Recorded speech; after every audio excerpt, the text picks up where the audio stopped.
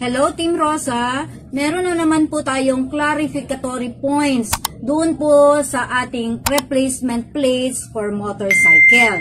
Diba sabi ni LTO, papalitan nila yung mga plaka ng mga motor ng bagong plate. Ito po yung bago nating plate.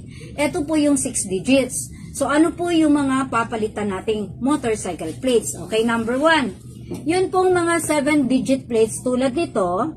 Ito po ay papapalitan natin ng bagong plaka for free. Okay, wala pong bayad ha, without additional cost. Now, hindi lang po itong plaka ang papapalitan ni LTO.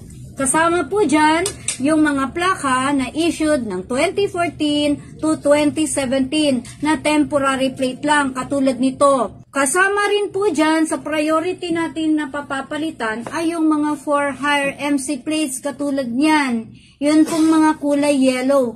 Yung mga tanong tungkol sa MC green plates katulad nito, papapalitan din po ni LTO pero doon na po ninyo ito a-applyan sa regional office. Yung tatlo pong nabanggit ko, kapag po ang inyong rehistro na issued within Region 12, pwede po tayong mag-apply for replacement sa kahit saang district or extension office na nasa Region 12. Wala pong bayad ang pag-apply ng replacement plate na kasama doon sa